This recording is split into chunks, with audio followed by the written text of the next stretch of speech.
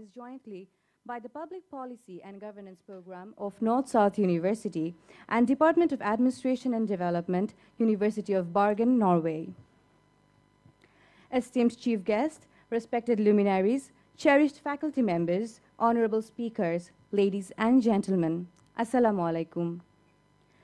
On behalf of the Public Policy and Governance Program of North-South University, I, Shahrin Amin, would like to extend my warm welcome to all our guests present here today. On this occasion, I would like to invite the guests of honor to take their reserved seats on the stage.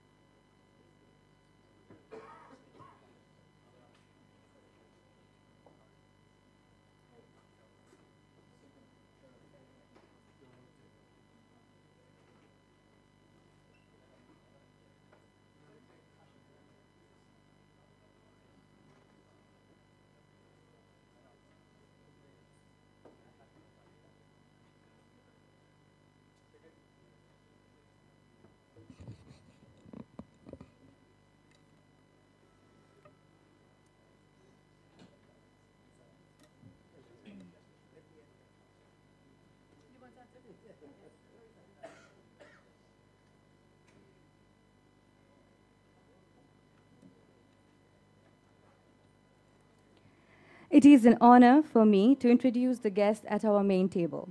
We have convener of the conference, Professor Dr. Ishtiaq Jamil, and our keynote speaker for the conference, Professor Ragnhild Louise Murias from the University of Bergen, Norway. We have, as our guest of honor, Ambassador of Norway, H.E. Setzel Blikken, Professor Dr. Shudha Tripathi, Rector, Tribhuvan University of Nepal, and Mr. Mohammad Shah Jahan, Chairman Board of Trustees of North-South University. Our chief guest for the program is Ms. Ismat Ara Sadiq, MP, Honorable Minister of the State, Ministry of Public Administration, Government of Bangladesh. Today's seminar will be chaired by the Honorable Vice Chancellor of North-South University, Professor Atikul Islam.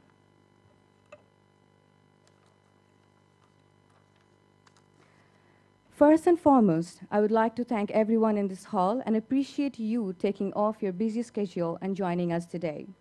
We have about 100 renowned academic and professionals as discussants, participants, paper presenters, and moderators joining this conference, and they have all come together to discuss the issue of gender mainstreaming in the sectors of administration, development, and politics in South Asia and around the world. And we hope to be able to conclude certain agendas in the conference today for the region at large. To start with, may I request co-convener of the conference, Dr. S.K. Tawfiq M. Haq, Professor and Director of the Public Policy and Governance Program of North-South University, to deliver his welcome note.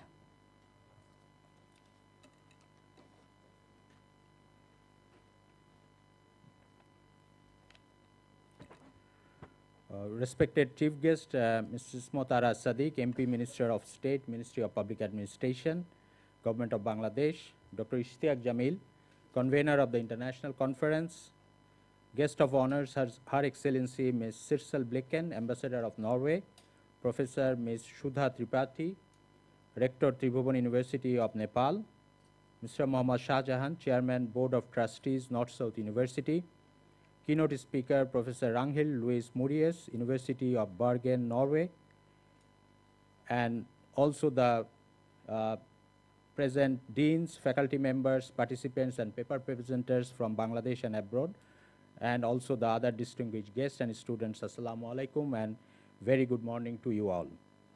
Public Policy and Governance Program has been designed in active collaboration with a leading European university, University of Bergen, Norway, and North-South University, Bangladesh. The other partners of the program are University of Peradeniya, Sri Lanka, Tribhuvan University of Nepal, Royal University of Bhutan. The beginning of the program dates back in 2008 with a vision to become a leading academic and research institute in policy and governance studies in Bangladesh and South Asia. PPG program is offering a thesis-based international master degree program on public policy and governance for the professionals, mostly from the civil service and young academic professionals of Bangladesh, Sri Lanka, Nepal, and Bhutan. MPPG, the unique master degree program in South Asia, aims to producing competent, qualified, and responsive workforce to identify, diagnose, and address governance challenges in South Asia. This is the second international conference of the PPG program, which has been jointly organized with the Department of Administration and Organization Theory of University of Bergen, Norway. We have received overwhelming response from home and abroad surrounding this international conference. 80 research papers have been submitted by the gender experts and scholars from different countries of Asia, Africa, and Europe. We are also going to have a PhD workshop on third day, 20th of November, where 9 PhD students from Bangladesh, Nepal, Sri Lanka, and Norway will present the findings of their dissertation. Probably this is the first PhD workshop been organized with an international conference in Bangladesh. So we are very happy and proud to have these different PhD students from different countries here.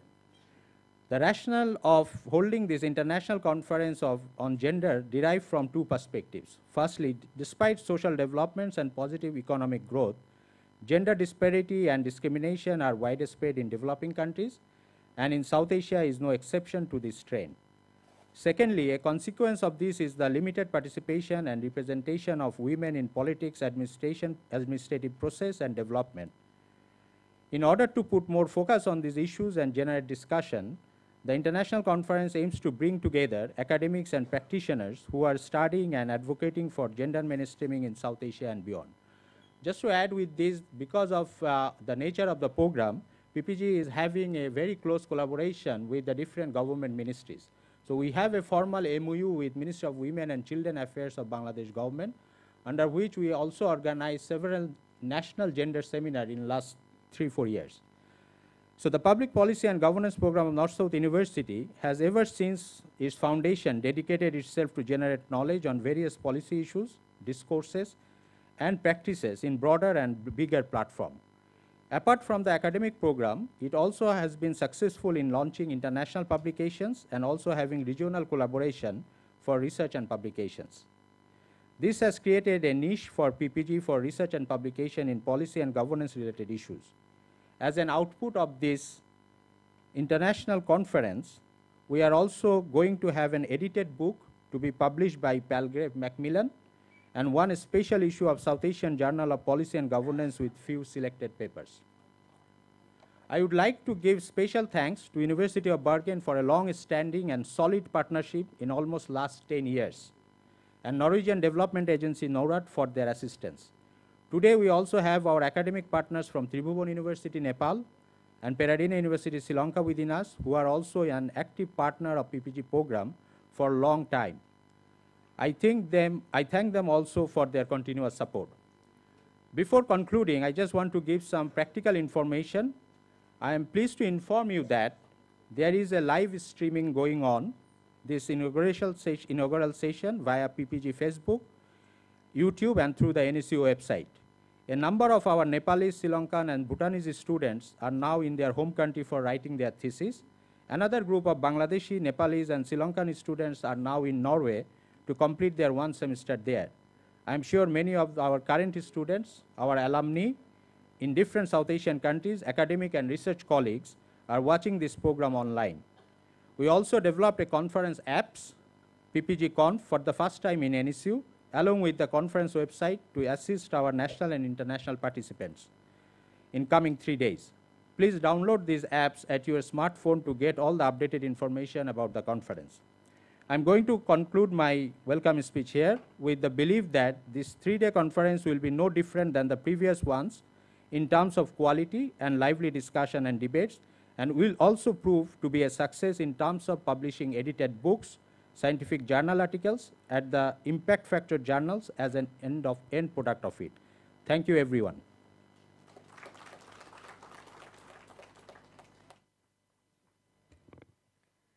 Thank you, sir, for your thought-provoking address sets a perfect platform for our paper presenters and discussants here today. May I now request Professor Abdul Rab Khan, Dean, School of Humanities and Social Sciences of North-South University, to kindly deliver his speech.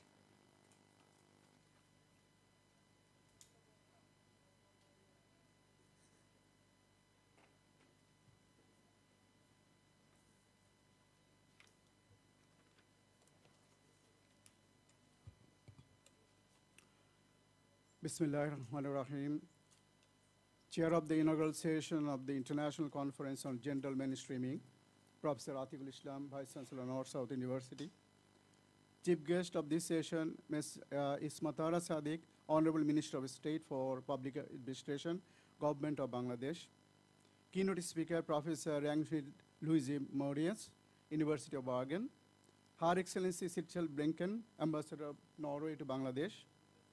Chief guest of honor, Professor Sudha Tripathi, Rector, Tribhuvan University, Nepal. Guest of honor, Mr. Mohammed Shahjahan, Chair of the Board of Trustees of North-South University. Distinguished convener and co-convener of this program. Faculty colleagues, ladies and gentlemen, Assalamu alaikum and a very good morning to all of you.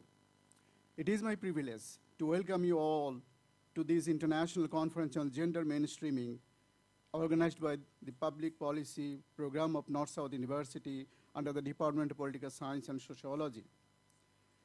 This is a very timely initiative, as many things are going on at the global stage as well as regional and national stage regarding gender.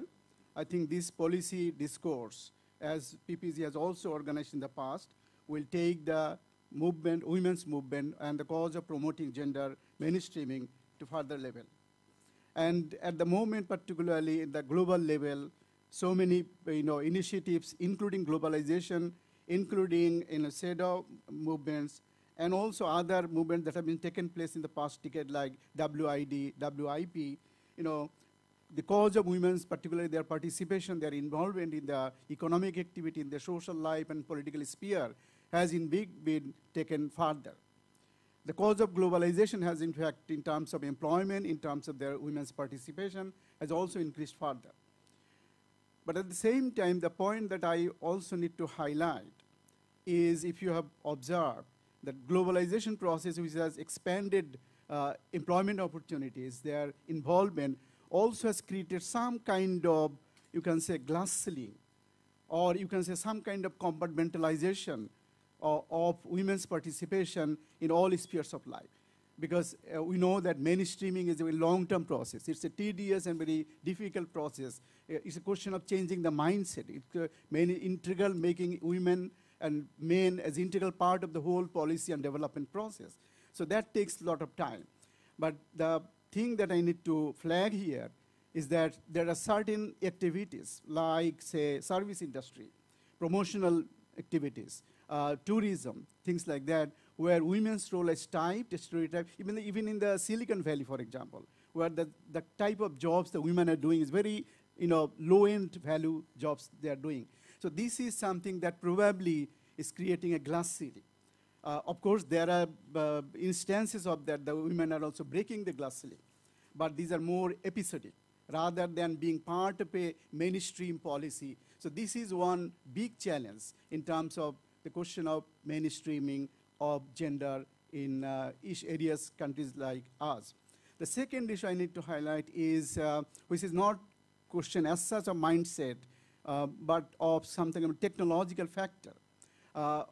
Because of globalization, because of expanded market opportunities, there has been expanded employment opportunities for women in countries like ours, in terms of the garment industry and other, low-end value industries. But the biggest challenge that we're going to face in the coming days is the upscaling of the skills of these. There are 4 million women in this country who are employed. But the question of upscaling their skill and being part of the mainstream, I mean, that remains a big challenge for bringing them in the mainstream job, because otherwise they will be outdated and they will be left out of job. So there are the points that I wanted to say. There are many challenges in the face of this mainstreaming them in the question of development process in terms of job, And of course, if we talk about power and politics, of course, we're very happy that in South Asia particularly, there has been, significant progress in terms of women participation in the process of political process, even women occupying the highest position. But I will be a little bit naughty here to just point it out that when women, goes up to the ladder of power, what happens that they tend to use more masculine power rather than soft power of gender. So that is also kind of, we need to, consider that as a kind of, not a big challenge, but that depends on how individual discretion. With this, I wish this seminar a success. We have significant, as Professor Tawfiq was telling, significant attendance from home and abroad. I wish them a success and also rewarding experience at North-South University. Thank you very much.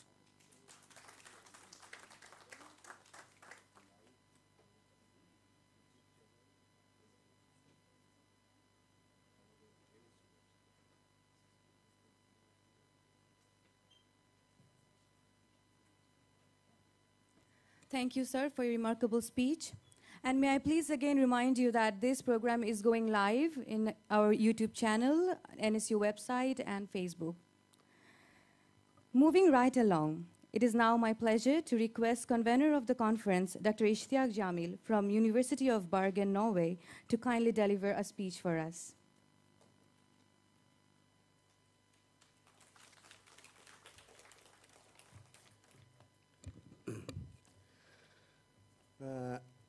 Honorable Chief Guest, Ismat Ara Sadiq, MP and Minister of State, Ministry of Public Administration, Government of Bangladesh, the keynote speaker, my colleague at the University of Bergen, Professor Rangil Murios, Honorable Chairman, Board of Trustees, North-South University, Mr. Mohammad Shahjahan, Honorable Vice Chancellor of North-South University, Professor Atiq Islam, Her Excellency, the Ambassador of Norway, Sitsal Bleken, Honorable Rector of Tribhuvan University, Sudha Tripathi, distinguished participants, my friends, dear colleagues, Assalamu alaikum, and a very good morning. First of all, I would like to welcome our participants, and some of them have traveled a long distance to be here. A very warm welcome to all, and I hope that you'll find the conference a very useful platform for discussions, deliberation, and discourse, and to build networks and research collaborations. And I wish you all a wonderful and pleasant stay in Dhaka and in Bangladesh. The conference is a result of a decade-long collaboration among 4 academic institutions in 4 countries, 3 in South Asia, Bangladesh, Nepal, and Sri Lanka, and 1 in Norway. These are Tribhuvan University, North-South University, University of Peradeniya, and the University of Bergen in Norway. The objective of this collaboration, which started in 2007, in fact, was to build and strengthen institutional capacity in higher educational institutions in South Asia on 3 essential elements of any university, and these are education, research, and dissemination. In 2017, after a decade, we can proudly say that our collaboration has not only flourished and fruitful along north-south axis, but also along south-south axis, providing opportunities to scholars, academics, and students in this region to contribute to, as well as get benefits from research-based education and dissemination. And in this decade of collaboration, we obtained 4 research grants, projects, all financed by the Norwegian Agency for Development Cooperation, NORAD, the Ministry of Foreign Affairs, the Ministry of Education of Norway. So we are actually very, very thankful and appreciate the generous support that we got from the government of Norway. Our collaborative efforts have led to the establishment of the Master of Public Policy and Master in Public Policy and Governance program at North-South University, and a number of students, mostly belonging to the civil service, civil society, and the academia in these countries have graduated. And there is still a number of students in the pipeline. We've also established a PhD program in Tribhuvan University, where 3 Nepalese students have already completed PhDs, and we have 8 PhDs from Nepal, Bangladesh, and Sri Lanka who have submitted their dissertations, or yet to submit their dissertation. In addition, we have established postdoc fellowships in these 3 institutions. In terms of research and dissemination, we have published a number of books from international publishing houses, special editions of international scientific journals, and produced a number of reports and policy briefs. We're also editing and publishing a scientific journal called the South Asian Journal of Public Policy and Governance, which is a bi-yearly journal, and so far we have published 10 volumes. And in the beginning of next year, we are publishing an edited book on public administration and civil service systems in South Asia. Gender mainstreaming has always been an important ingredient in our joint collaboration, and this issue has been well reflected and well represented in our research, in dissemination, in recruitment of master and doctoral students, as well as encouraging selection of master and doctoral dissertations on gender issues. There are huge challenges in gender mainstreaming in South Asia. We hear all the time of glass ceiling syndrome, the challenge of women's empowerment, socio-cultural barriers that impede inclusion and participation in balancing work life. According to the Global Gender Gap Index report of 2017, produced by the World Economic Forum, mapping gender disparity across the globe, South Asia is the 2nd lowest scoring region in this year's report, ahead only of Middle East and North Africa, but behind Sub-Saharan Africa. However, in the context of South Asia, Bangladesh has topped the South Asian countries in gender parity and equality for the 3rd consecutive year, ranking 47th among 144 nations. So this is very encouraging. Worldwide, the Nordic countries are at the top. Despite such challenges and global disparity, the South Asian women have surged forward in terms of better education, better health, as a result of which life expectancy has increased in South Asia. South Asia is now wealthier and healthier than before, and one of the major reasons is because of women's advancement. Thanks to a number of affirmative policies by the government and active engagement of civil society that have facilitated women's advancement, but there is still a long way to go. And this conference, of course, sets the stage for discussions and deliberations along some of these issues. We're very happy with all the responses that we have received from participants in the conference. We have received around 80 abstracts, as told before, equally distributed along gender, so this conference has at least ensured gender parity. I was actively involved in the review process of some of these abstracts. I was amazed by the diversity of issues that these abstracts focus, ranging on transgender inclusion in society, honor killing in South Asia, women's migration within the country as well as cross-country migration, implementation of inheritance policy, and the plight of Rohingya women and their life as refugees. Very interesting topics, and I'm impressed with the richness of the abstracts. I haven't had the opportunity to read the full papers yet, which I will do so as we review papers for inclusion in different publications, at least in a book on the main theme of the conference, as well as in scientific journals.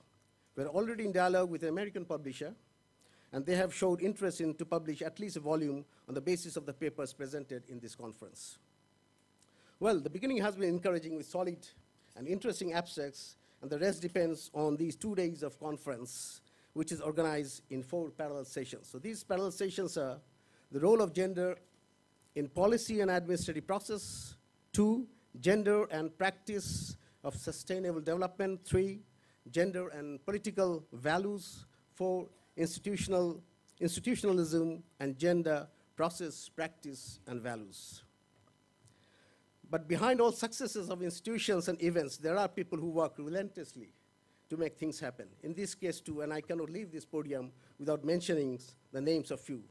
First of all, I would like to thank Dr. Mahfuzul Haq, Adjunct Faculty of Policy and Governance Studies Program of NSU, the person you may have contacted or communicated the most, and his team of young and energetic people, Dr. Shakil Ahmed, Sajjad Naeem, Mahfuza Siddiqa, Mainul Khan, and Akram Hussain. This is a very small team indeed, but has been very efficient and effective, and responsible from A to Z of this conference. They deserve a big applause.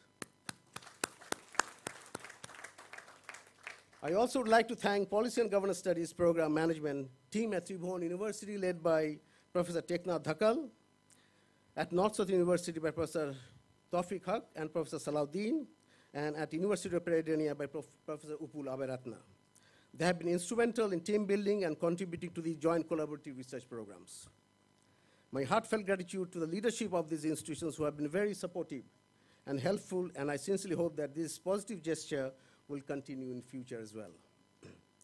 I would like to thank the 6th batch students of Master in Public Policy and Governance for their help in this conference.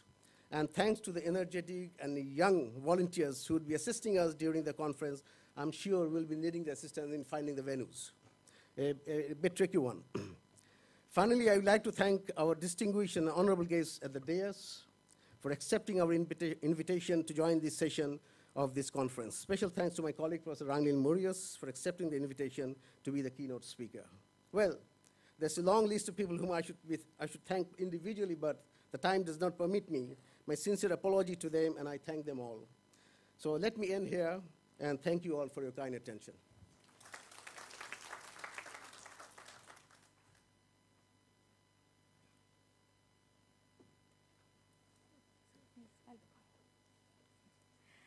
Thank you, sir, for your much inspirational and motivational speech. And we extend our gratitude to the University of Bergen, Norway, for their continued support and collaboration.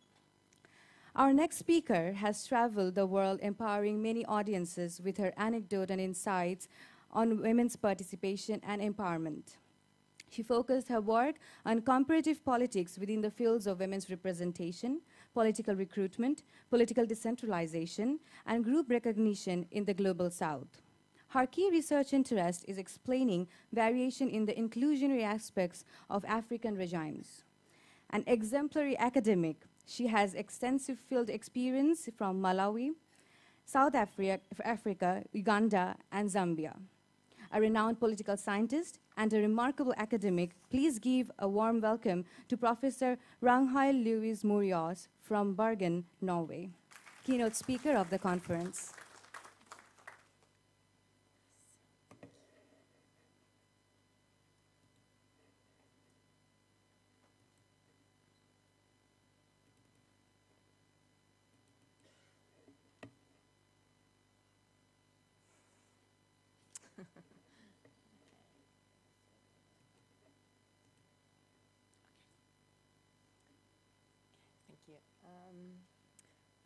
Honorable Minister of State,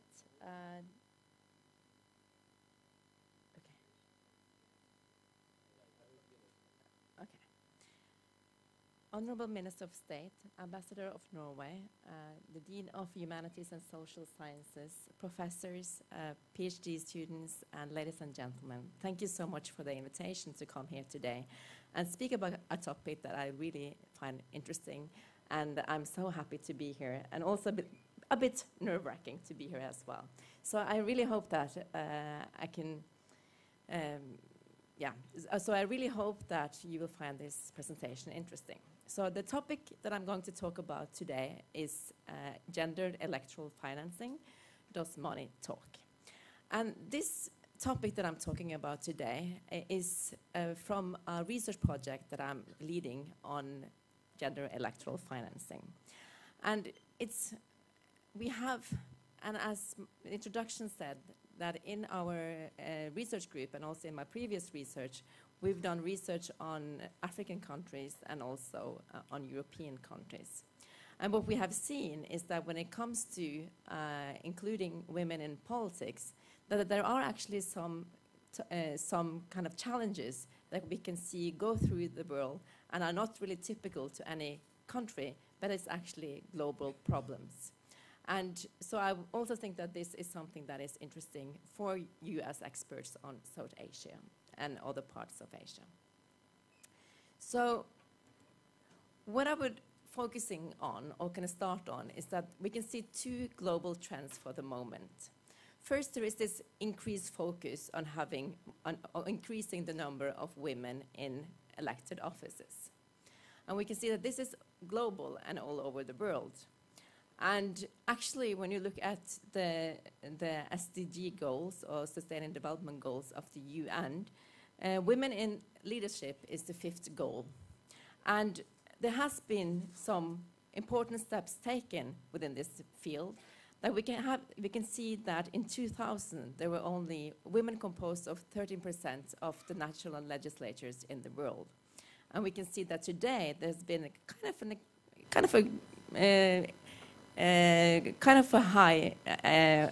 high change, going up to women composing 23% of seats in national parliaments. And so there is a change, and this change is global.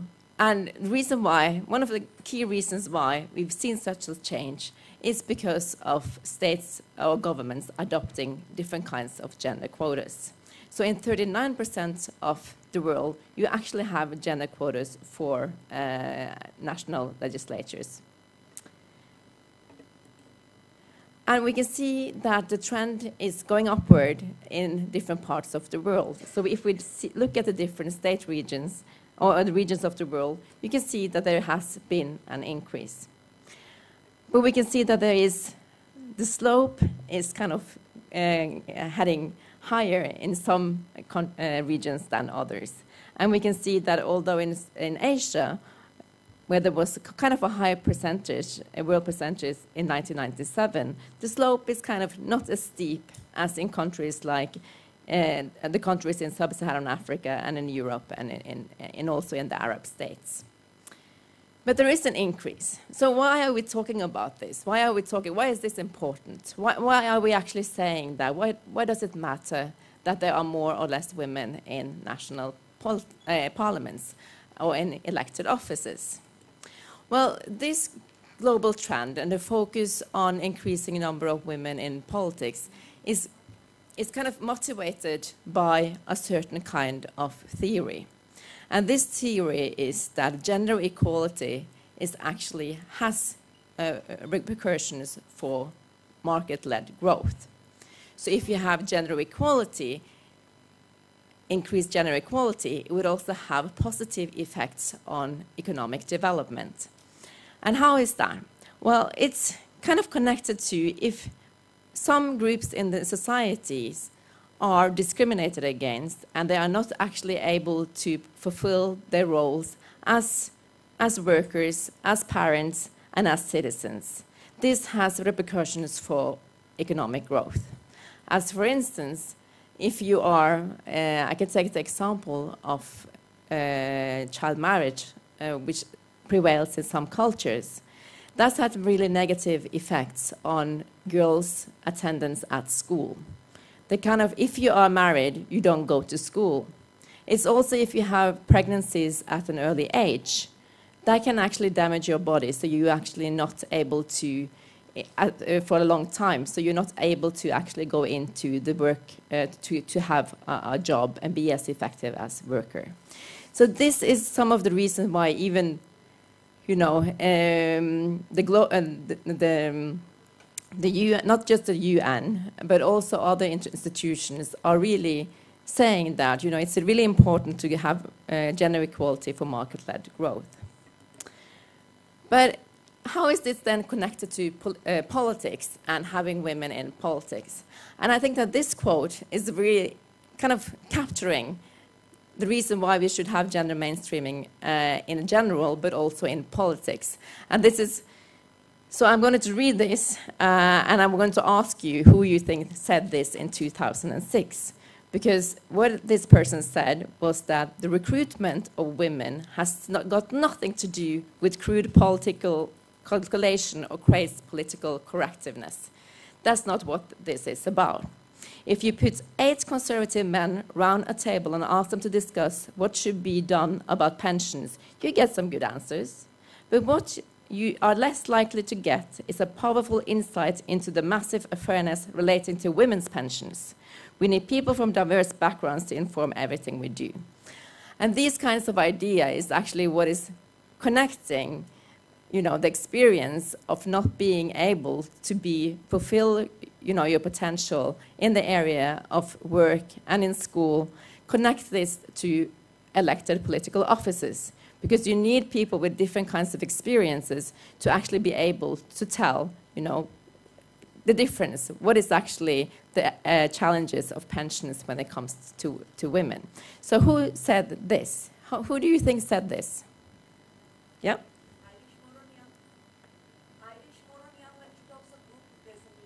Iris Marion Young. Yeah, it could be this. This is really something that she could say, the professor up there. Oh, you know that. Okay, so he knew the answer. It is actually David Cameron, the former Prime Minister from the Conservative Party in the UK. And he said this in 2006. And I think this is an example of how mainstream these kinds of idea has gotten. You know, so it's something, it's not just something that you would say. Most people would say this could be kind of Hillary Clinton, or it could be the UN or something like that, but it's also like the David Cameron.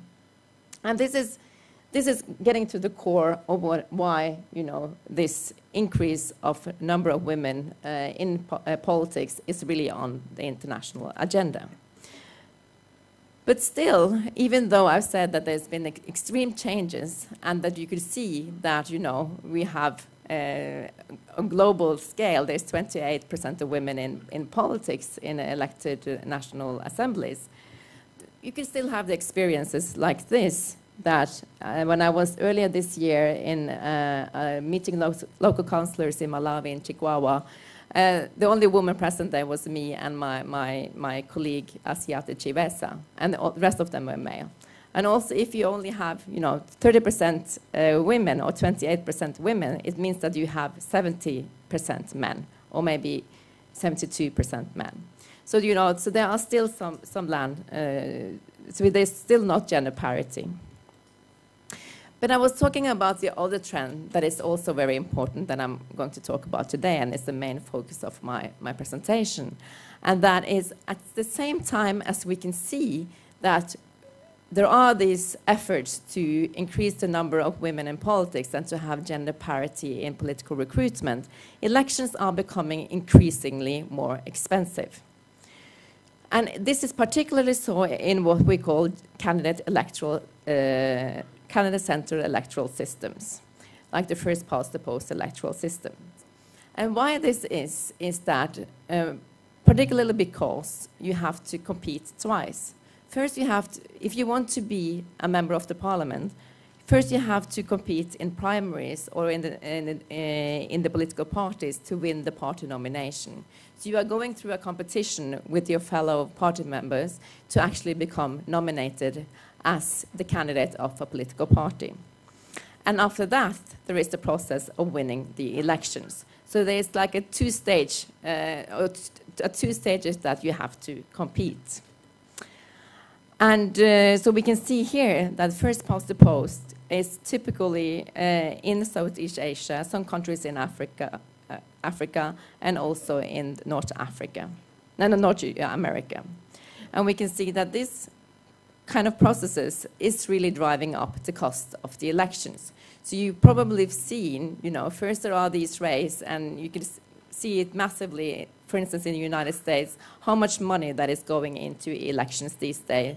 And especially in those kinds of elections where you have one candidate that is promoted, and where it's even almost more about the candidate, him or herself, than it's about the party label.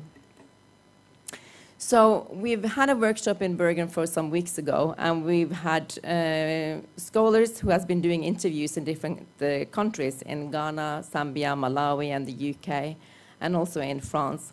And what was really interesting was to see the similarities of the experiences that candidates had faced when they wanted to get a nomination from a political parties. And especially in these countries where you have first past the post elections, you could really see that it was really expensive to just become a candidate for a political party. So what you needed to do was, first of all, you had to facilitate your supporters. So you have to, you know, in order to come here, it's nice to be, you know, having an entourage, you know. It's kind of impressive if I have a lot of people following me. So it needs to move around with a lot of supporters. You have to give them food, you have to give them transports, and sometimes even like a token, like a small gift, so you have to give to them. And then you also sometimes have to give gifts to the delegates.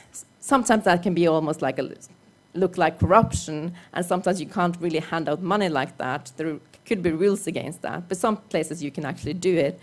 But at least you could give them, you know, something to eat, something. But even in Ghana, they had this tradition of starting to give delegates cell phones. So they actually gave them iPhones and smartphones to be able to be the most popular person in the party. So you kind of have to show that you are willing to share what you have. And this can be really expensive. And this happened even before you're nominated as the candidate. And you also have to facilitate yourself, which means that sometimes you have to, most politicians would have to take time off work. So if you are employed somewhere, you actually have to take a leave from your work. Some places you actually have to buy a house. If you want to be a candidate that is going to be accepted as coming from a certain constituency, you have to have a house there or reside there.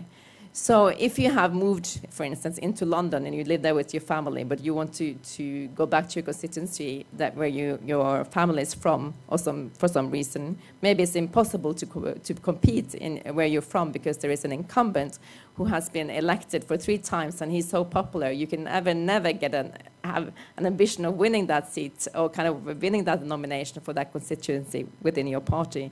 You need to find a different constituency than where you live. And then sometimes you even have to buy a house.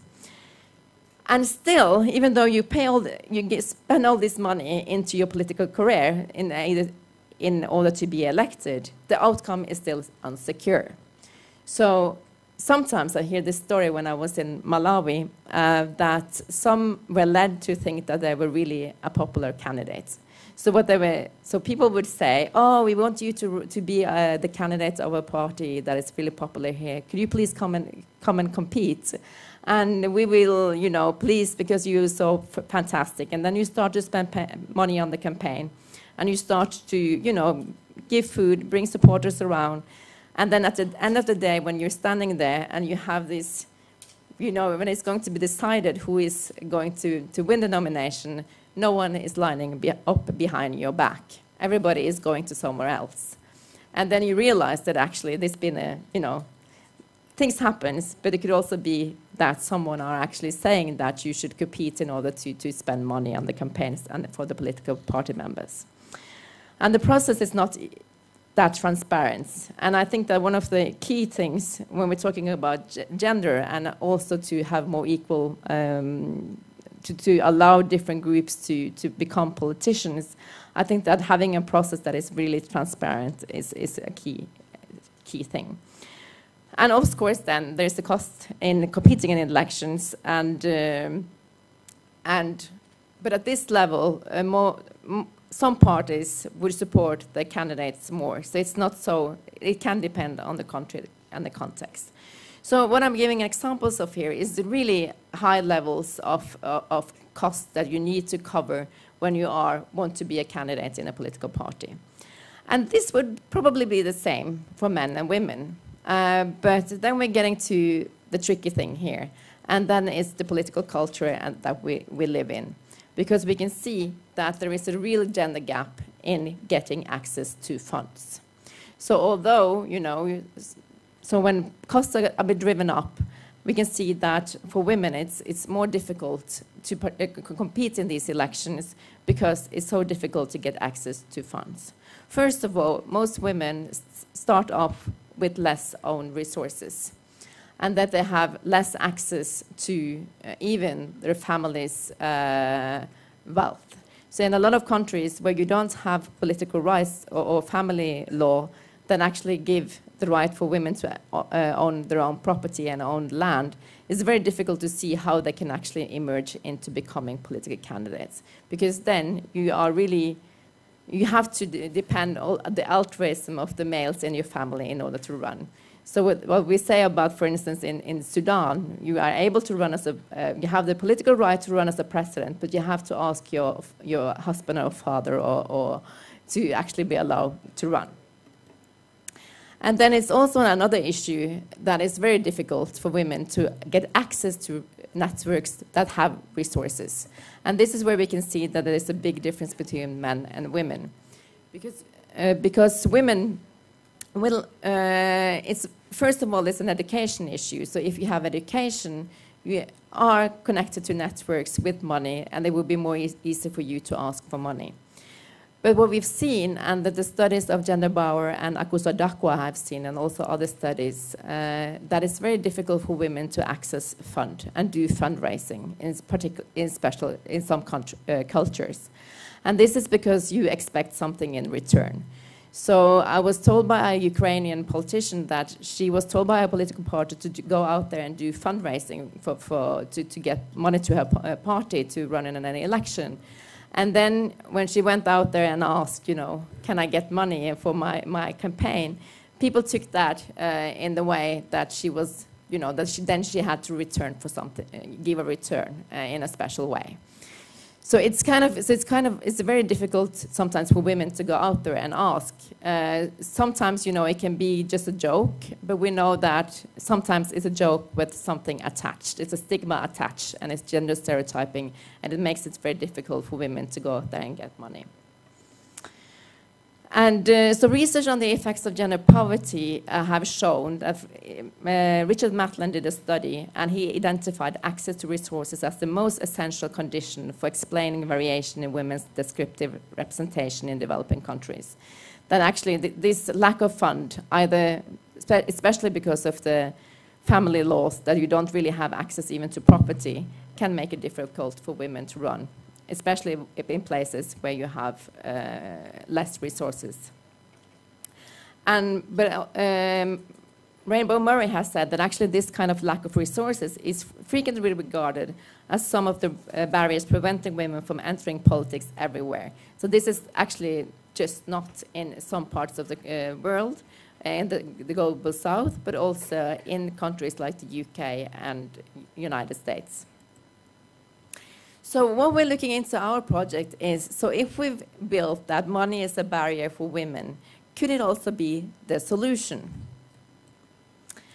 And we have seen that throughout the world now, these different kinds of initiatives are popping up of giving fund to women or political parties to actually enable women to be more equipped to run for a seat in a national legislature. And general electoral financing, we have defined that as intervention using finances as a remedy to promote gender balance in political office. And this is what I'm going to concentrate my last part of the lecture on. And we have seen that finance are used as incentives to change behavior. So the idea is here that you should use finances to change the behavior. First of all, you have those interventions that wants to change parties' likelihood of nominating women. So you're actually addressing the parties, and you want to change in the political parties, and that's your goal. Or you can change women's ambition. So you have different kinds of initiatives that are really targeting women to increase their, equip them with funds, so they will be able to run in an election, and by that, kind of doing something and changing their ambition to become politicians.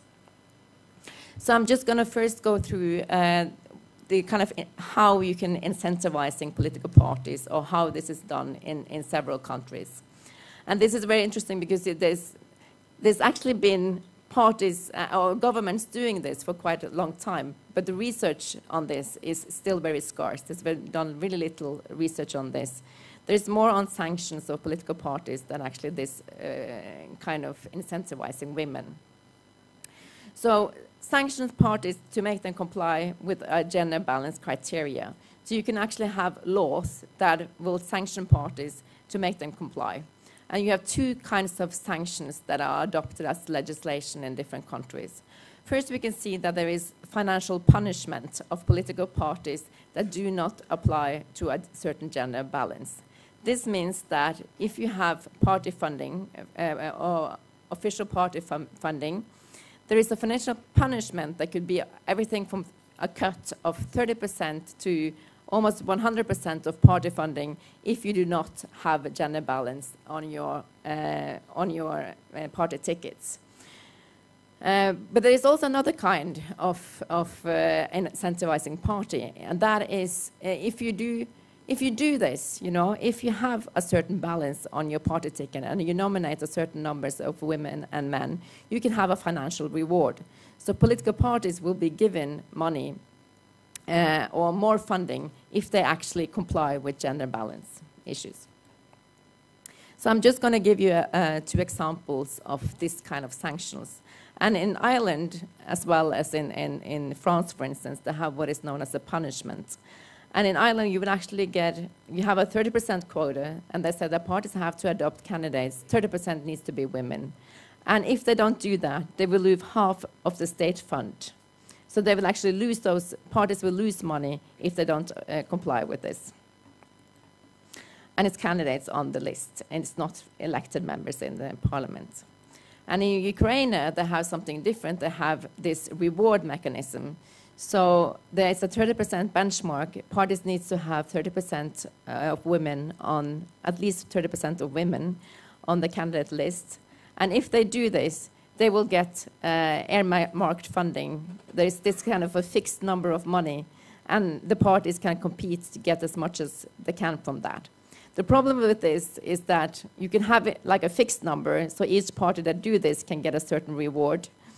Or you could do like they do in Ukraine, where you have, let's say, $1 million then that is set to this purpose, and then the different parties will have to share, that is able to reach this benchmark will have to share. So the problem of this kind of reward mechanism is that it tends to be quite symbolic, and actually that parties doesn't necessarily use this, and that there are not laws that actually says anything about how much money this should be. So the challenges of these kinds of incentives is that public funding really needs to work. If you are using public funding as a way to change parties and how they behave and their actions, you need to have public funding, and it needs to be substantial. If you can actually have other resources are more important for you in your campaign, this little extra money you can give through the public funds are not necessarily important for the parties. And you also have sanctions. They have to hit where decisions are made. So if you're giving these sanctions, it will be mainly felt at the national level of the political party. But as Cole Kittleson have said, if you have decentralized party structures and the decisions are taken at the subnational level or the local branches, how are they going to be hit by these kinds of initiatives? And then it's also this, that those who are complying are smaller parties and new parties.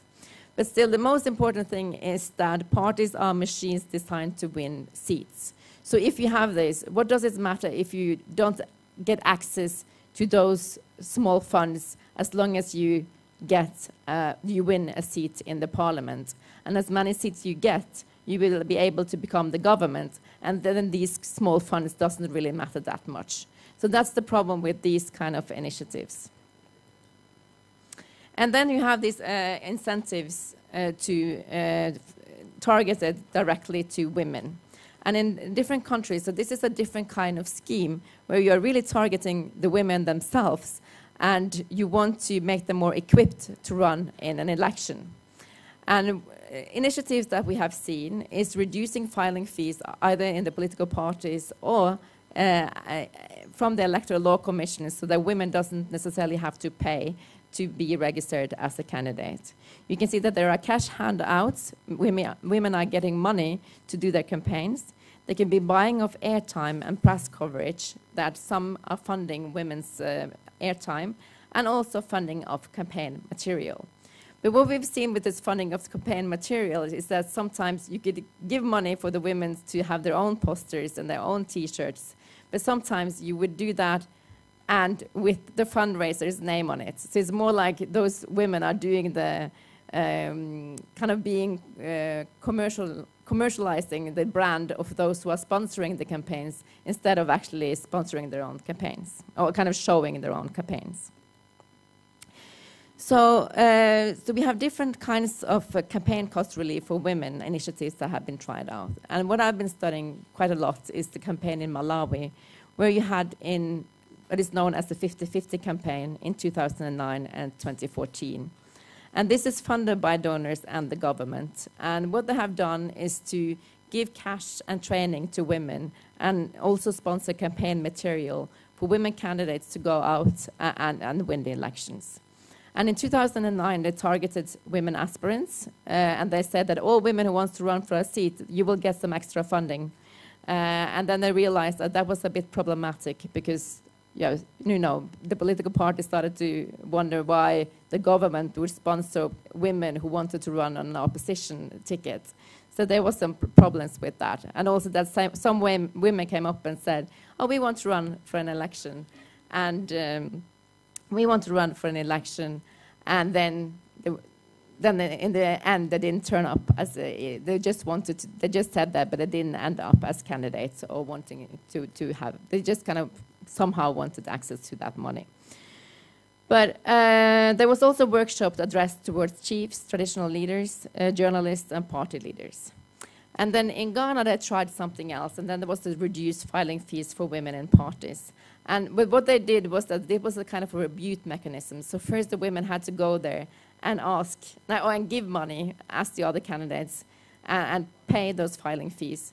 And then they had to go and ask afterwards, can I get those back because I'm a woman and I didn't really have to pay them. And, and that opens for these mechanisms that I talked about earlier. So, you have to go and ask again to get the money back. And that kind of led to kind of interesting episodes. And it also kind of works if you have the filing fees are really high. So it makes a difference. And in some countries, the filing fees are really high, so it could make a difference. So what are the results of this? Do they have any effects on how many women is going to get elected? And that's very difficult with these, especially these initiatives when you are equipping women with more money to win a candidacy and also to get elected. And as you can see in 2004, there was no such initiative. And in Malawi, there was 14% of the members of the parliament that got elected. And then you had this 50-50 campaign where you gave women money and you sponsored their campaign, they bought airtime, and they had this tremendous campaign. And then we could see that there was an increase of women who actually got elected into parliament with 22% of the parliament. So there was an increase point of actually 8%, up to 8%. And we could also see that there was a substantial increase in the number of women candidates that ran in that election.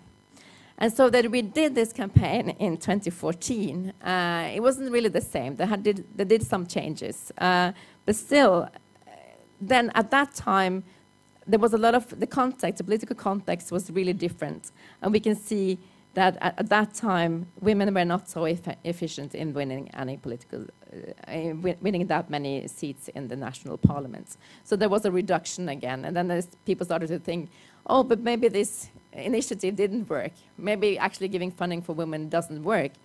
And what we are saying is that maybe it does help, but we can't really, such an incentive and such a scheme cannot produce wonders. And at least if they are implemented, like they had been in Malawi, there will be more, it will depend on the political context, how efficient it's going to be from election to elections. So it's not that you have reached a certain benchmark and then you think you're going to stay there. It's also going to be reductions with these kinds of initiatives. So the challenges then is it sufficient to make a difference?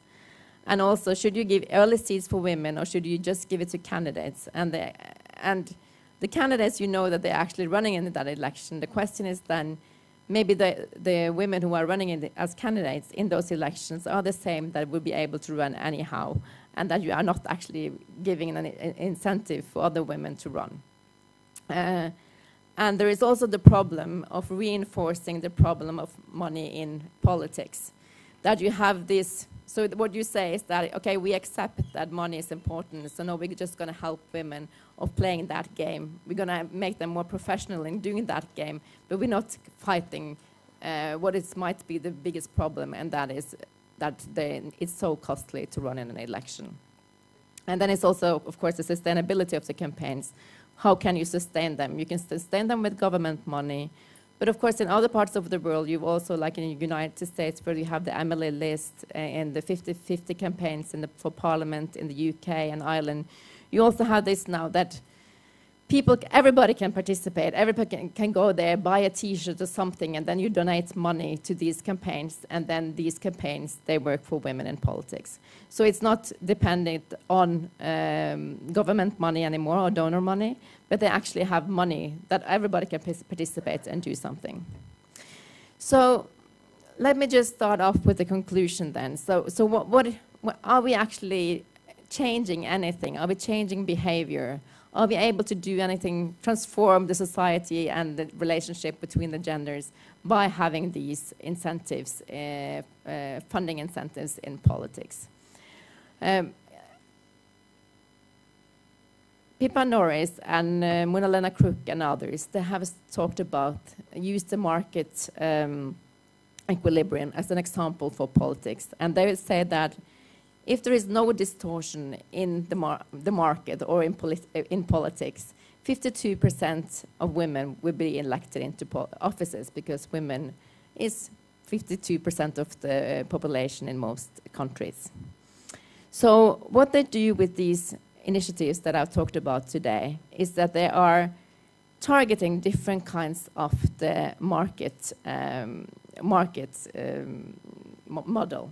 So sanction of political parties, sanctioning policies, they are saying that political parties, they have to change the demand for women.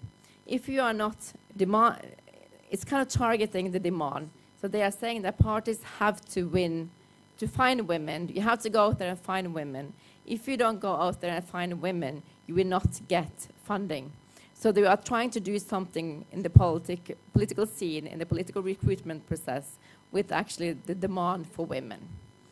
So the other kinds of initiatives, the candidate cost relief, is trying to do something about the supply for women. So they're trying to kind of trigger women to be more ambitious when it comes to political careers, and saying that women can run, you can win, and we're going to make sure that we are equipping you with some kind of resources, cost or whatever, that actually are encouraging you to become politician. So this is triggering the supply mechanism of the market, making more women wanting to run.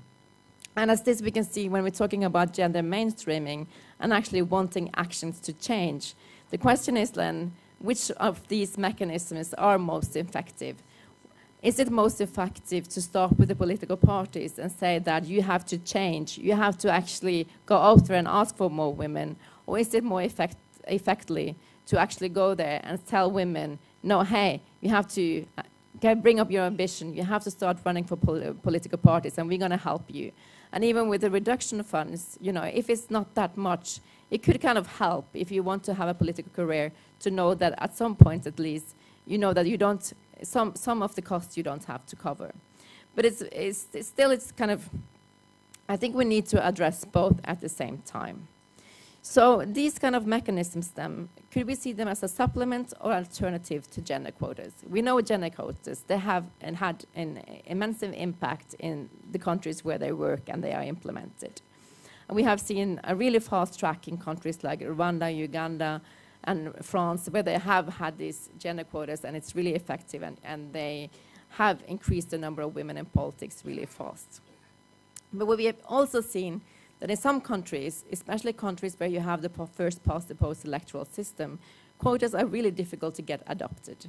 And in the UK and in the US, for instance, it's very, and Malawi and a lot of other countries, it's really politically difficult to have gender quotas adopted.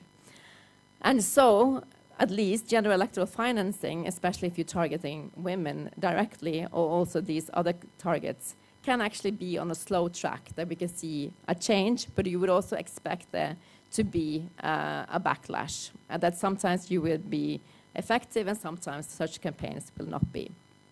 And so what you can see that in the countries where you have both, especially if you have gender quotas, and then you're backing this up with the mechanism of funding, you can really see that this has an impact. So if you have a gender quota, you can say, and if you don't apply with the gender quota, you will have a cut in your funding. You will not have funding. But of course, and as I will conclude, In order to actually get at this stage where we can use such mechanisms as especially public funding for parties as a way to, to make parties change their behavior and actually go there and adopt more women on their list, we do need to have more transparent rules when it comes to funding parties and politics. So we would have to have rules that work, and we would also have to have and sanctions against parties and trying to do something with corruption in politics, so that it's possible that actually these laws will have an effect. So that's what I'm concluding. So I'm saying thank you and have a nice day and promote transparent public funding of elections.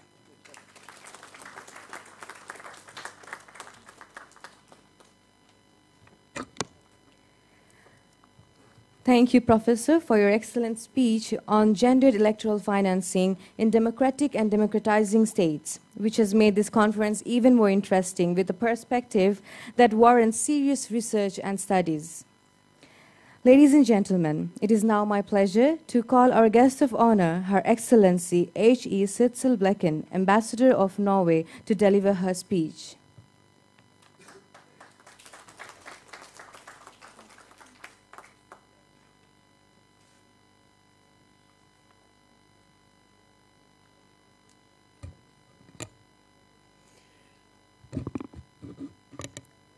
Honorable Vice Chancellor, Chief Guest, Honorable State Minister, distinguished professors, faculty members, ladies and gentlemen, a very good morning to you all. It's my pleasure to be part of the inauguration ceremony of this international conference on gender mainstreaming in politics, administration and development, jointly organized by the University of Bergen in Norway and the North-South University. And this gender mainstreaming and gender equality is a subject that is very close to my heart. So I'll just wait until you're close to yeah, please. Okay, thank you.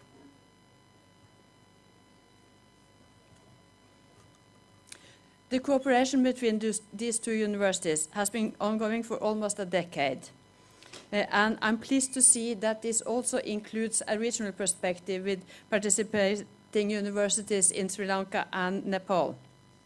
The continuity of the collaborative efforts also demonstrates the commitment of Norwegian assistance for higher education and research in Bangladesh and in other South Asian countries. In this respect, the ownership and sincerity on part of North-South University towards human resource development is highly commendable. Ladies and gentlemen, that more than 80 abstracts have been submitted to this conference clearly shows the enthusiasm and interest in the subject matter. I sincerely thank the authors, scholars, researchers for their participation and contribution in this conference. I would also like to congratulate the keynote speaker, Professor Ragnhild Muriås, for her thought-provoking and insightful keynote speech. She points to the importance of women in politics. I would like to broaden this a little bit and say a little bit about, why is gender equality important? Firstly, it's important because we are all equal human beings. We should all have equal rights. And we need to work for that, because what we see, for instance, with this report from the World Economic Forum about closing the gender gap, Bangladesh is doing quite good. It's moving up, and it's doing much better than the other South Asian countries.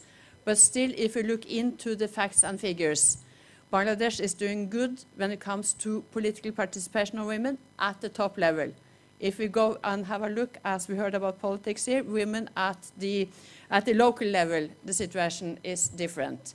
So that is one area where we need to increase efforts. And also, we know that women are 50 to 52% of the population, which means we should participate equally in all areas of society. Women's participation in economy contributes a lot to the economic development of the country. If Bangladesh should be able to reach the goal of being a middle-income country by 2021, which is definitely possible, but that need inclusion of women much more also in the formal labor market. and as we have heard, women in politics, because that is where decisions are made.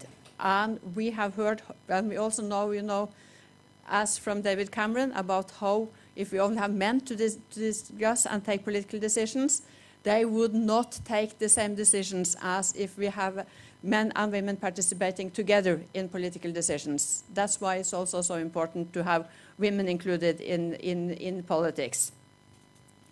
I would like to say a little bit also on the Norway and our focus on gender equality and women's empowerment. Investing in girls and women is one of the prerequisites for economic growth and sustainable development. This is especially important when it comes to education and health. When women and girls are empowered, educated, and equipped to contribute to society, their families, communities, and countries get stronger, more stable, and more prosperous. Therefore, we need to focus on promoting gender equality and advancing the status of women and girls.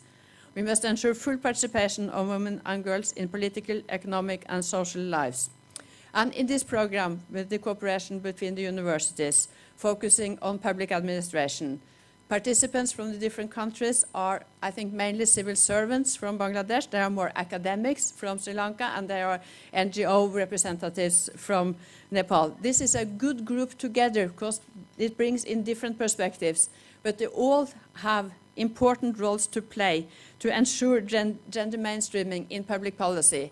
So the more you are equipped, the more knowledge you have, the better you will be able to assist in mainstreaming women in politics, in economics, in social life. In light of the conference theme, let me also share some of Norway's experiences made on the road towards greater gender equality and mainstreaming. In Norway, progress towards gender equality and rights and equal participation by women and men in work, politics, and society has taken many years, and it has been a long struggle by activists, particularly women activists. Today, we have achieved a lot, but even in Norway, there remains many challenges. Violence against women continues to be a concern, and there are still inequalities in the economic field, and we still need to overcome discriminatory attitude in the society. However, Norwegian legislation secures gender balance, for instance, in boards of public limited companies. Gender representation law requires that both men and women shall be represented on company boards by 30%. We have a maternal leave system, but we also have a paternal leave quota. In the political area, we have about 40% members in the Storting, the Norwegian Parliament. This has not come about because we have had financial support systems, as was just discussed. And it has not really come about as a quota system, but it came very much because women in the 70s went together and stood together to increase the number of women in politics, particularly in local politics. And it's also has been women who have created this pressure in the political parties so that the parties, when they nominate candidates for the election, they would have to have a gender balance. There's always big debates if one of the major parties would have 2 men at the top of the list. That's not acceptable. We need to have, this balance, men and women. And also in the government, when we have a new government, gender balance is always one of the issues that is discussed about how to find the best ministers. We will also always be gender balanced, more or less, an equal number of men and women. I would also like to mention that boys and men do play a crucial role in reaching gender equality and rights, and we need to work together for a common purpose. This is true in a Norwegian as well as a Bangladeshi context. We are part of the same society. We need to work together rather than fighting each other. And to make sure that we all have our rights, men need to be mobilized, and they need to know that we should work together. They need to know what are the challenges, and to allow the women to participate, we need also to involve the men. Bangladesh has made significant progress in many areas, as mentioned, for instance, by this Gender Equality Gap Index. And women has been very much part of this process, both as drivers, as beneficiaries. But a lot remains to be done to integrate the gender equality perspective into all policy areas. Girls and women still face discrimination in most areas, at home, at school, at work, in healthcare, and in politics and culture. Violence against women is a major issue. The same is child marriage and early pregnancy. These are areas that also you as civil servants, as academics, as NGO activists should address. So, ladies and gentlemen, let me conclude by giving my sincere thanks to the organizers for inviting me here today. I hope you all will have a fruitful 2 days and wish the conference a grand success. Thank you.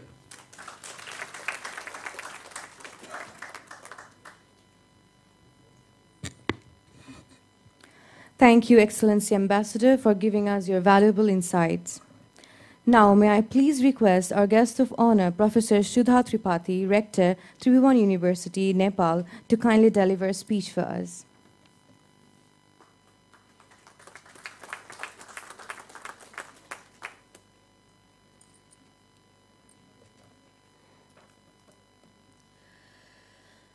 Namaste, good morning. Respected Chair, Chief Guest, Honorable Minister, Keynote Speaker, Professor Luis Marias, all the dignitaries in the dais, and all the dignitaries in this program, and all the participants. Ladies and gentlemen, it's a good honor and privilege for me to be here today as a guest of honor at this international conference on gender mainstreaming in politics, administration, and development in South Asia and beyond. I would especially like to thank the entire organizers team for this honor. The Central Department of Public Administration, Tribhuvan University, is a partner institution of Master in Public Policy and Governance program at North-South University, Dhaka, Bangladesh, along with University of Paradia, Bergen, Norway.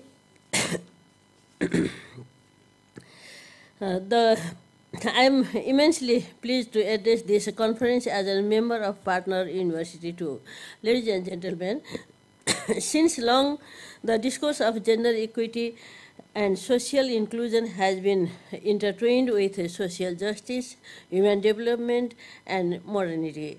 A great deal of literature has been written, discussion sessions have been conducted, and movements have been observed in the modern world till now, but the issue has not been solved, but even more convert into intricacies regarding gender differences and varied gender roles have been revealed to the surface as the discussion went more intensive. The present world is facing challenges in making a just society from multi-layered gender discrimination, which has extended far beyond from discrimination between male and female to sexual minorities. And present-day society is not free from grievance and complaints regarding justice and equality. But still the major controversies in this regard are the gap between the social and gender roles of men and women. Still gender equality is an issue, still we are striving for it, and still here is a long way to go.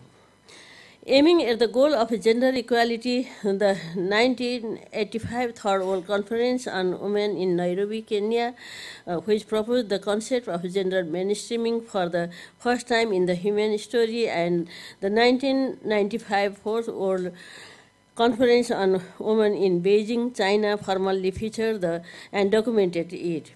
These all activities are the milestones toward the goal we are marching ahead, and I hope that the continuous and dedicated attempts will bring us the goal closer. In most of the countries in the modern world has documented in their law that all men and women bear equal legal status, but in practice the scenario is quite appalling. Women, unlike to their male counterparts, are not able to live their life with full caliber in many countries. Women are deprived from the status of decision-making, and their roles are kept limited to the household duties. We people of South Asia have observed phenomenal participation of women leadership in the politics, but in Sri Lanka or India, Nepal, Pakistan or Bangladesh or any other South Asian countries, we may have a pretty good list of women either being head of the state or head of the government or the member of cabinet, but this can't be taken as the general picture of South Asian women. These are the rarest cases and can be taken as the accidental cases in the social structure of our region. As I myself is a woman and I belong to a society that still keeps suppressing women's voice for freedom under the age-old burdens of patriarchal mindset. We have recently turned into a federal Republican state that is supposed to be more inclusive, more participatory, and more just. 51% of the total population of Nepal is women. Obviously, this clear majority of women population deserves proportional participation in every facet of public life. Nepal Interim Constitution 2006 and Constitution of Nepal 2015 ensure women's participation in politics, administration, development, and education. This has brought some visible changes in the condition of women, and the obligatory traditional roles are seen to be shadowed by more powerful social activism and participation. But still the condition is not satisfactory. In the legislative parliament, women's participation is limited to 29.8% in comparison of 70.2% men participation. Similarly, 29.8% of local government members and 36% of total civil servants are women. When we see women's participation in university teaching, we encounter that only 7% of total teachers are women, where 47% total university students are women. Ladies and gentlemen, Nepal is a country with medium human development index, and here also women's condition is as expected. ADI of male in Nepal is 0.582 and the same of women is 0.538. Similarly, fewer women are literate in Nepal in comparison of men. According to the last census in 2011, men's literacy was counted 76% and women's literacy was 57.8%. When we talk about the employment, only 21.7% of total employed population are women. But it does not mean that the women who are marked unemployed here sit ideally at their homes or they have pretty leisure. They are obliged to perform round-the-clock household duty, or in other words, they are on unpaid jobs. Ladies and gentlemen, now let me throw some light upon the efforts on gender mainstreaming in Nepal. In our country, too, women have been regarded development beneficiaries since we became the UN member in 1956. Since then, there has been active participation from Nepal in various international forums of women concerns. Since the beginning of the sixth plan, 1980 to 85, Nepal has adopted a gender development perspective in national development activities with a focus on women for their socio-economic development. Our women development programs were incorporated to implement the provisions included in the Declaration, the International Women Year 1975. I must admit the fact that Dwarika Devi Thakurani of Nepal was the first ever lady minister in South Asia who joined the cabinet in 1960. But we had to wait for another 4 decades to get the first woman deputy prime minister as Shailaja Acharya in 1998. After the 2006 democratic movements, we have observed some visible changes in this concern. In the first Constituent Assembly, there was 33% women participation. However, it dropped to 29.8% in the second CA and the transformed parliament. I must admit the fact that it is more than Asian and old average, and only Nordic countries where women participation of women in the parliament is 41.1% are above us in this regard. Last 2 years have brought very positive news in this concern. In 2015, we got the first woman president, Vidya Devi Bhandari, and the first woman speaker, Onsari Gharti Magar. In 2016, Sushila Karki was appointed as the Chief Justice. According to a recent data, 3.03% of total special class gazette officers are women. This proportion is 3.04% in the first class, 4.28% of second class, and 7.62% in the third class level. It is a positive sign that things are gradually improving. Nepal Army has started recruiting women in their infantry squad, and women are coming out of the predefined restrictions of their household duties. Despite this all, still there is a long way to go, and we all are here with the very concerns. I hope this conference will propose some important agenda on gender mainstreaming, and for a just and a bright future, this conference will prove a milestone. I further wish that keynote speaker, other speakers, and paper presenters from the various places in the world will theorize the present-day gender issues with newer insights and bring newer approaches to gender mainstreaming. I wish for the grand success of this conference. Thank you.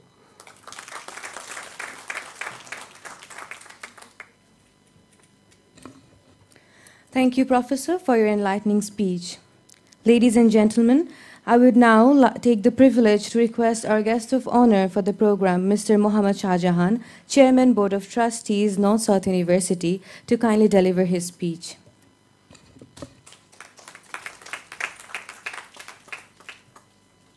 Thank you.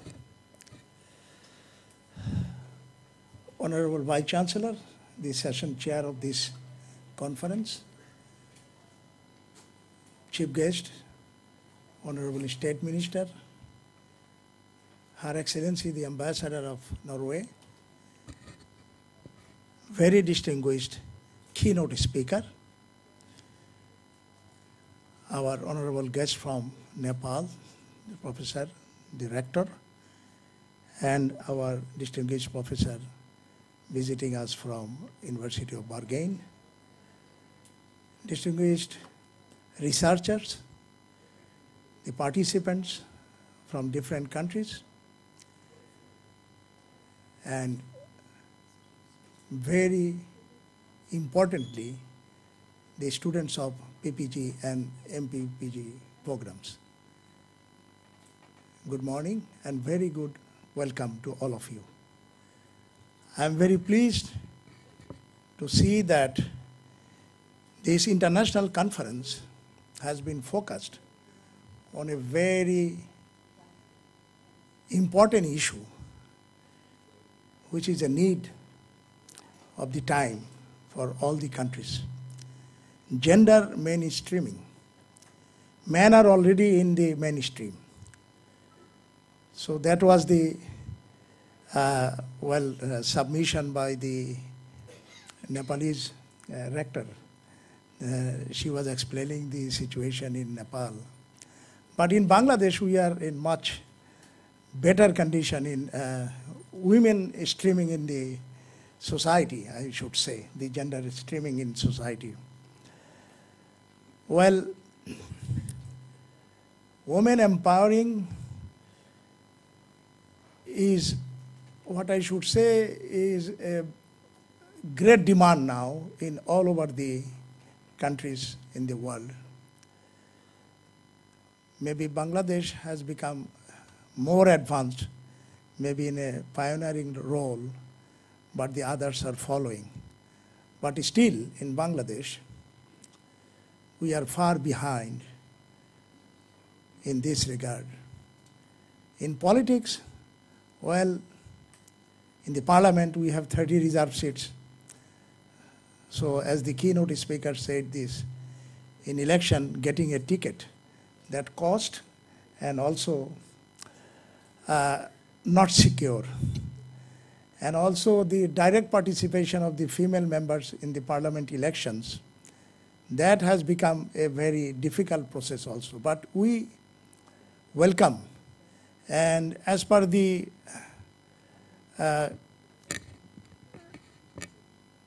Election Commission agenda and their act, that the total participation of the women in Bangladesh in all affairs, particularly in politics, has to be increased by 33%. And they are trying to implement, but it is very difficult that the women are also not that free to come, and they also hesitate. But I understand with the development of education, increasing of educated people in the country, like other countries of the world, more people will come, more women candidates will come in politics also. Actually, this is a technical session. The researcher will talk. I am not an academician or a researcher. On behalf of the North-South University Board of Trustees, I welcome you all, and we are really grateful for your participation. The PPG program and MPPG program in North-South University is doing a very commendable job. The civil servants participating here as a training program, particularly from Sri Lanka, Nepal, Bhutan, and other countries, is very encouraging. We are grateful to the Norwegian government for their continuous support and financing in the research. And the Bergen University of Norway with North-South University, the joint research program and their funding is really unique. And they are doing this every year, giving us money for continuation of these research programs. We are really grateful to the Bergen universities and the Norwegian government. Dear distinguished guests, you have long discussions in different sessions. I hope that this international conference will be a fruitful one and will give a good resolution about the gender streaming. With these few words, giving you thanks and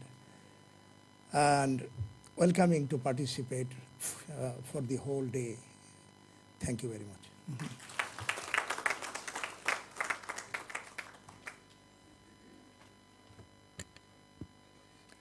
Thank you, respected Chairman, Board of Trustees, North-South University. It is your support and inspiration that motivates us to organize these seminars and conferences. Today, we have amongst us an extraordinary personality who is a pride for our country. She is none other than the chief guest for the program, Ms. Ismat Ara Sadiq, MP.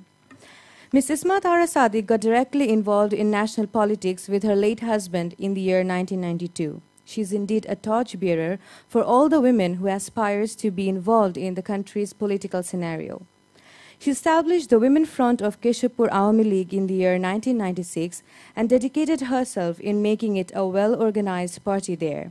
And since then, she has been working as #1 member of the executive committee of the organization. Ms. Ismat Ara Sadiq successfully carried out responsibilities as a member of Bangladesh Women Welfare Council for a period of 2009 to 2013.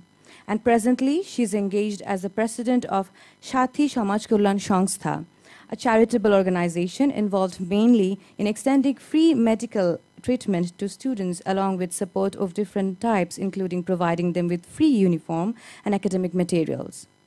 With much honor, I would now request the chief guest, Ms. Ismat Ara Sadiq, MP, Honorable Minister of State, Ministry of Public Administration, Government of Bangladesh, to deliver a speech for us.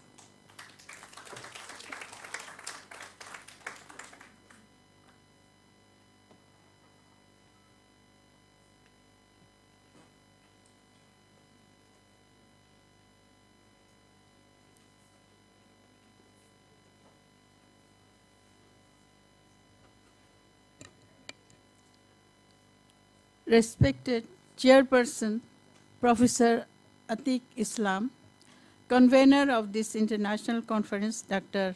Ishtiaq Jamil, University of Bergen, Norway, Today's keynote presenter, Professor Ranhild Louis Maria, University of Bergen, Norway, Her Excellency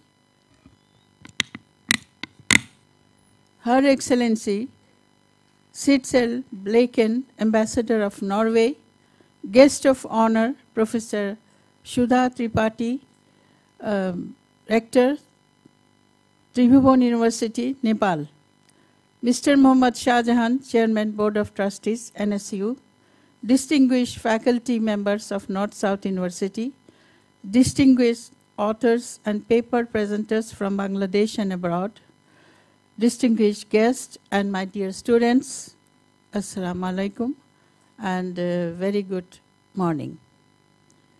I am indeed very delighted to be present here in this auspicious gathering.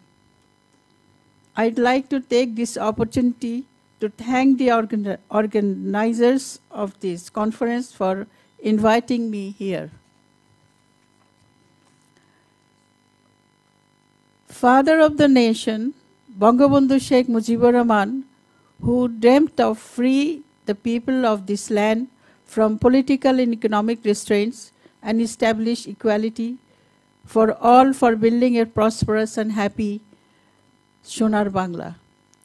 Bangabandhu first started empowering women by rehabilitating those who were abused during the War of Independence in 1971. With a view to establish a society with enhanced status of women with equal rights in all spheres of the state and of public life, constitutional obligation was made under Article 28, which states that the state shall not discriminate against any citizen on grounds of religion, race, caste, sex, and place of birth.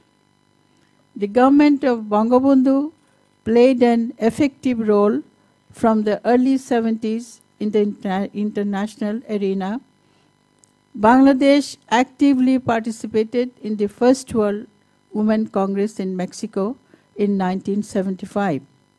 The base of the present level of women development in Bangladesh was formed with this initiative. Since then, for over 40 years, Bangladesh participated in all international initiatives in the matter of women development by signing international charters and documents. Ladies and gentlemen, the government led by Honorable Prime Minister Sheikh Hasina is strongly committed to ensure women development in all areas of the society. Her vision 2021 and 2041 created a roadmap for transforming Bangladesh into a middle and high income level respectively.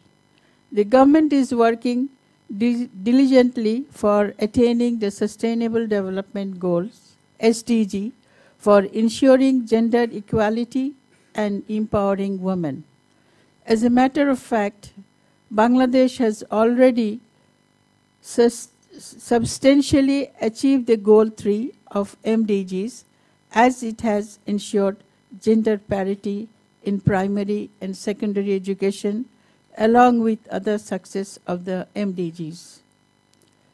As evidence of gender mainstreaming, the government has undertaken initiatives such as gender-responsive budgeting, political, administrative, economic empowerment of women, life skill training and development of women, education and health, poverty alleviation, social security and social empowerment, formulation of acts and policies, rehabilitation, and providing legal aids to victims of gender violence. In this backdrop, the 7th five-year plan starts from 2016 to 2020 of the government of Bangladesh, brings to the table women's engagement in political and economic activities as a key driver of transformation. Ladies and gentlemen, may I take this opportunity to give you some information from which you might understand where we are now in terms of women empowerment. In the public sector, we have 27.37, almost 28% women employees. In the judiciary, out of 83 judges of High Court Division, 6 are women. 24 are working in the level of district judges. 28 are working in the level of additional district judges. 92 are working as joint district judges, and 244 are working as senior assistant judges. In civil service, out of 79 secretaries of the government, 12 are women. There are 72 additional secretaries, 92 joint secretaries, 260 deputy secretaries now working in the government offices. Among the deputy commissioners, 6 are women. 118 women are working as EONO, and we have at least one proud divisional commissioner who is a woman. In the foreign service, out of 311 officials, 67 are women, of whom 1 is additional secretary, 7 ambassadors, 11 director generals, and 9 directors. In Bangladesh Police, we have 263 women officers, of whom 2 are in the rank of Deputy Inspector General, 1 additional DIG, 29 police superintendent, 90 additional SP, 129 assistant police superintendent. In Bangladesh Army, we have 1,218 female officers, of whom 5 are brigadier general, 13 colonel, 63 lieutenant colonel, 610 major, 306 captain, and 221 lieutenant. In Bangladesh Navy, 94 female officers are working, of whom 7 commander, 39 lieutenant commander, 22 lieutenant, and 26 sub-lieutenant. In Bangladesh Air Force, 160 female officers are working, for whom 84 squadron leader, 42 flight lieutenant, 34 flight officers. Now let me inform you about how many are joining in the civil service every year. It is increasing every year. Now I don't have the data to say something here. So the first National Women Development Policy the government has is in 1997, provided a broad spectrum of issues that need to be addressed for ensuring parity for women. Later on, in 2011, policy was developed further. Complying the policy, appropriate policies and strategies have been incorporated in the national plan to increase women's participation in economic, political, and social spheres and do away with the existing barriers that blocks women's advancement. Given the proactive and affirmative action of the government, gains toward gender mainstreaming have become visible in all sectors. For example, share of female labor in total labor force has gone up to about 28% in 1915, comparing to 12% in 1989. Eliminating gender disparity in primary and secondary education, a mention-worthy progress has made in reducing the large gap between the male and female students. Dear participants, in the context of practice of parliamentary democracy, there has been a positive improvement in the role of women in the cabinet of the government and the parliament. In the current government, 4 female ministers and state ministers are working under the leadership of Prime Minister Sheikh Hasina, who herself is a woman. The number of women representation has jumped up from 2% in the 8th parliament to 6% in the 10th parliament. The current 10th parliament has 71 women parliamentarians, of whom 50 are on the reserve seats and 21 have been elected directly, bringing the percentage of women to 20%. And I feel proud to say that I am an elected parliamentary member. The appointment of the first female speaker is a significant step in the history of Bangladesh. Happily, in the local government bodies, the number of women representatives are also gradually increasing at the grassroots level with support of the laws and acts.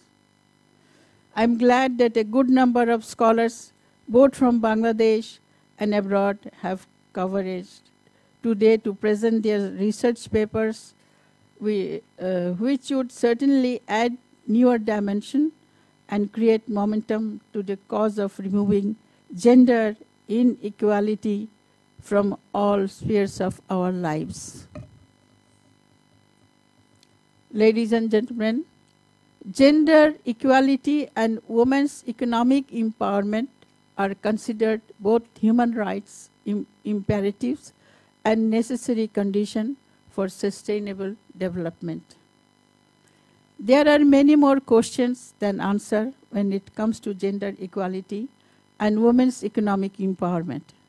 We need to identify and understand the unique potential opportunities and constraints in each local context and design approaches that work within existing social frameworks. One thing I may remind you that gender equality and women's economic empowerment require working with women and men as we have to consider the needs and interests of both women and men. In our country, we have many challenges. At the same time, we have many success stories. As per World Economic Forum report on the Global Gender Gap 2017, we have been ranked number 7 in terms of political empowerment of women, while among the South Asian countries, our position is number 1 for the last 3 consecutive years. At the top of the Global Gender Gap Index is Iceland. The country has closed nearly 88% of its gap. Bangladesh jumped 25 notches to 47th place in the Global Gender Gap Ranking 2017, closing the gender gap by 72%. Still, I think we have a long way to go.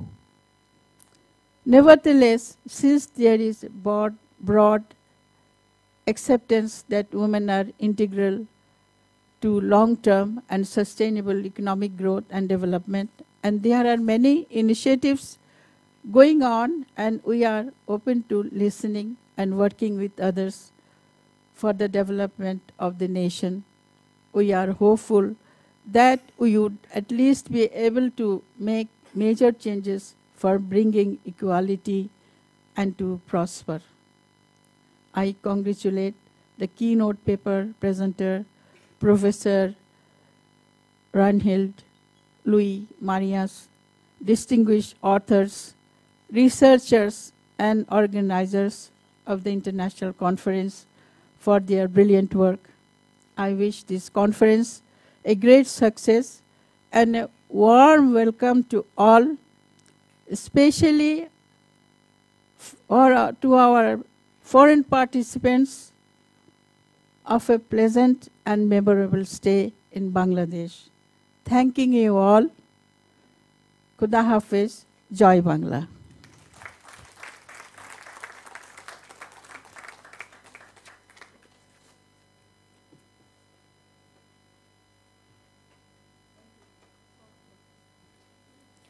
Thank you, Honorable Minister, for your inspiring speech. Last but not the least, I would like to request the respected Vice-Chancellor of North-South University, Professor Atiqul Islam, to deliver his speech as the chair of the session.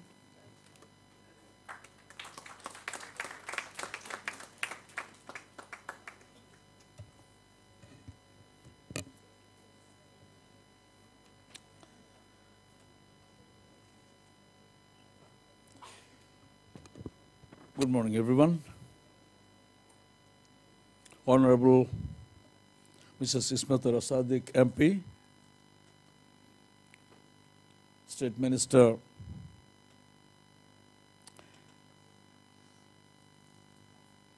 of Public Administration, Your Excellency, the Ambassador of Norway, a great country, Sidsel Blaken, Guest of Honor, Mr. Mohammad Shah Jahan, Chair of the Board of Trustees, who gives probably more time to NSU than his family and his businesses combined, which is a great thing. Professor Sudha Tripathi of our partner institution, Tribhuvan University of Nepal, Professor Reinhold Marias, the keynote speaker, who spoke so eloquently and with so much of substance. I think she is a profound kind of researcher. Thanks for your contributions, and I'm sure you'll be making contributions in the next few days. The joint conveners, Professor Ishtiaq Jamil, and our own Sheikh Tawfiq, Dean of the Faculty of SHSS, Professor Abdul Rob, other invited guests, delegates, my colleagues, MPPG students, ladies and gentlemen, greetings from North-South University, and welcome to North-South University, and welcome to this particular conference. It is very appropriate that we got our chief guests, we got our special guest, the Honorable Ambassador of Norway here, because no other country qualifies as much for gender mainstreaming than Norway. I remember watching a documentary where they showed the Norwegian soldiers, male and female, not only live in the same barrack, they sleep in the same rooms, 1 meter apart. So that speaks something about this stage they have reached in gender mainstreaming. I'm also grateful to our minister for giving us these facts about how many colonels and majors and lieutenants and above work in Bangladesh Army who are of the softer gender. But they are not soft in their duties, I'm sure, because I've seen women policemen always tougher than men policemen. That's my experience in Australia and in Bangladesh, so you got to be careful. North-South University is, I take pride that it's a highly engaged university. Our engagement is within the country, with the government, with the industry, and with the professions. Our engagement with outside is through collaborative research and collaborative offering of courses and student and staff exchange. MPPG is probably the best showcase we have of both collaborative research and collaborative training. This is a great center which has the sincerest support from Tribhuvan University of Nepal, from Perjania University of Sri Lanka, and from the Royal University of Bhutan. And I thank all these countries, and I also thank, of course, Bergen University for its leadership role. I also have a soft corner for Bergen University because I visited Bergen University some years ago, where I was telling Her Excellency that I liked the Norwegian smoked salmon and almost got addicted to the reindeer meat. And I also ventured that it is easy to speak Norwegian.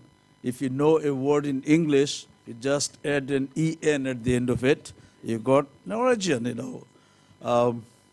Grieg Holland is the Grieg Hall, really, of concert, Viglands Parken is a park. Park becomes Parken, Hall becomes Holland. So if I follow that policy, it will be very easy to speak Norwegian, or at least I'll say confidently whether they laugh or not. That's a different thing. Anyway, it's good to see that so many serious scholars have assembled here to present their ideas, to get the ideas scrutinized, verified, and at the end of it, the whole world is going to benefit in the form of referee journal articles, in the form of books, in the form of monographs, and everyone will go back much better informed, more learned than they have come here. We have 3 days of excellent program chalked out, and I'm sure that there will be lots of sparks, there will be lots of smoke and fire, and at the end of it, we will see things better. Once again, those who are overseas from other countries, I wish you a very enjoyable stay in Bangladesh, sample our food, see our places of interest. If you can, extend your stay by a day or two, and see how friendly the people are. It's a good country. It's a fantastic country, really. People are good. Environment is good. The weather, particularly, we ordered good weather from upstairs for you. So you probably will have unbroken 3 or 4 days of sunshine. It's not too hot by our standards. It's not cold enough by Norwegian standards, but in between it's okay. I wish the conference a grand success, and I wish you all have a productive, enjoyable time here. Thank you.